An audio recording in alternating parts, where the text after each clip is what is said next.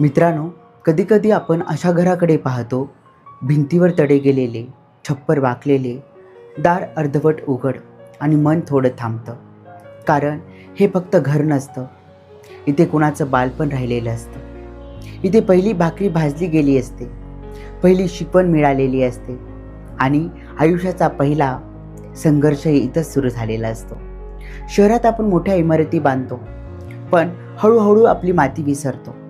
Cement मजबूत असतं, पण आठवणी तितक्या मजबूत नसतात. काळ बदलतो, माणसं पुढे जातात, पण जिथे आपण घडतो ती जागा कायम मनात राहते. कारण घर मोठं असण्यापेक्षा घरात माणुसकी मोठी असावी लागते. जिथून आपण आलो तिथे विसरलो, तर कधीही पुढे गेलो तरी आतून रिकामेच राहतो.